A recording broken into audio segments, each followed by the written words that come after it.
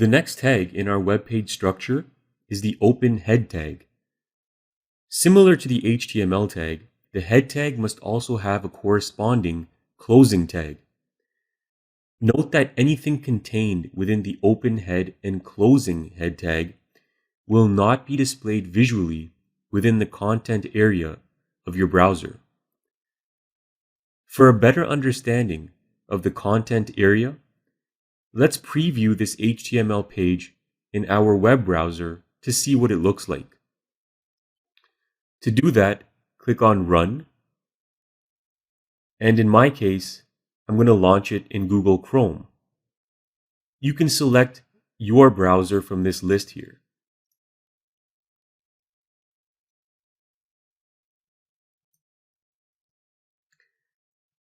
Here we can see what this HTML page will look like in our web browser. The content area is defined as this region of the browser window.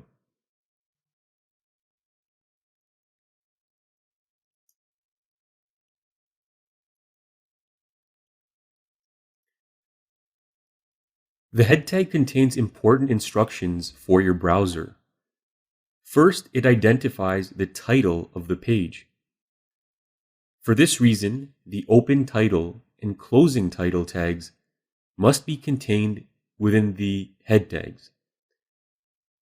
The actual title of the page should be contained within the title tags.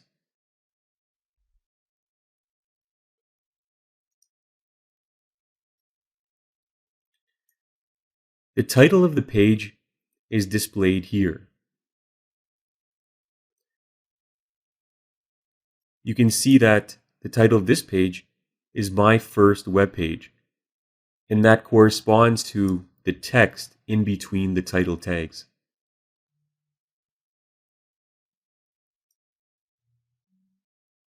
The next set of tags contained in our head tags is the meta tags.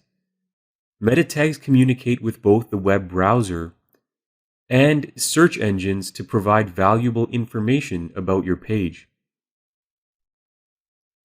Let's start with the first meta tag. This meta tag is primarily intended for search engines. It's known as the meta name description. The description is followed by the content.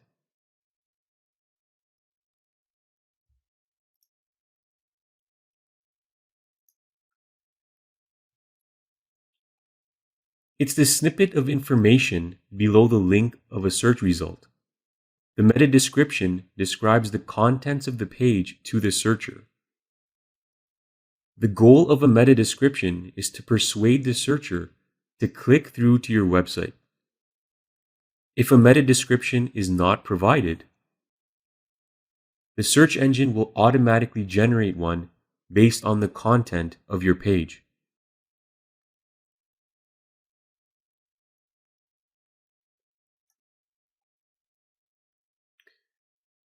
The next meta tag indicates the character set of the page. In this tag, the character set used is UTF-8. The explanation as to why the UTF-8 character set is used, among other alternatives, is fairly technical.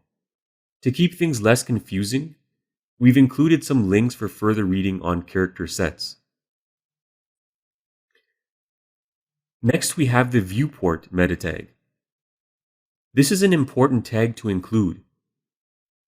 Keep in mind that most users will not only view your web page through a computer screen, but also through a wide range of mobile devices. The viewport defines the user's visible area of a web page. The viewport varies depending on the device and will be smaller on a mobile phone than on a computer screen. The viewport meta tag gives the browser instructions on how to control the page's dimensions and scaling. The width equals device-width sets the width of the page to follow the screen width of the device, which will vary depending on the device. The initial scale equals 1.0 sets the initial zoom level when the page is first loaded by the browser. This illustration provides an example of a web page without the viewport meta tag and the same web page with the viewport meta tag on a mobile device. Now that we've gone through some of the commonly used meta tags, let's go on to the next tag in our head tag, which is the open and close style tag. The code that is included within the style tags are referred to as style rules, and they define what is known as the page's cascading style sheet, or CSS. The style sheet can be used to define the formatting of just about any element within your HTML document.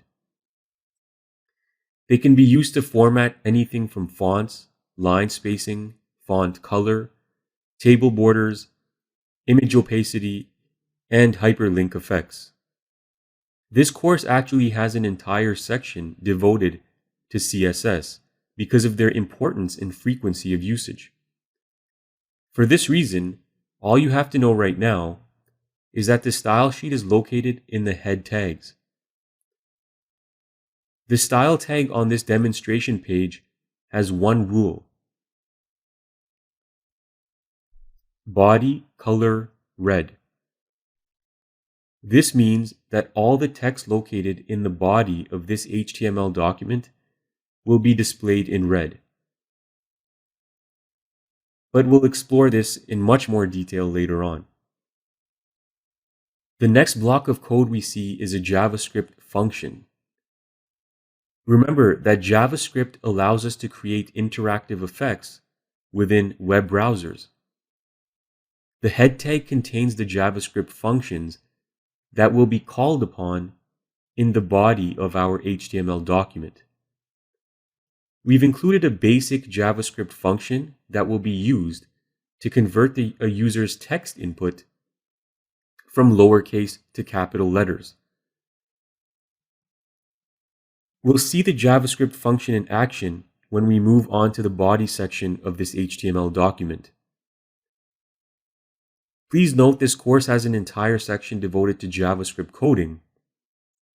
So for now, we've only included a very basic example for demonstration purposes.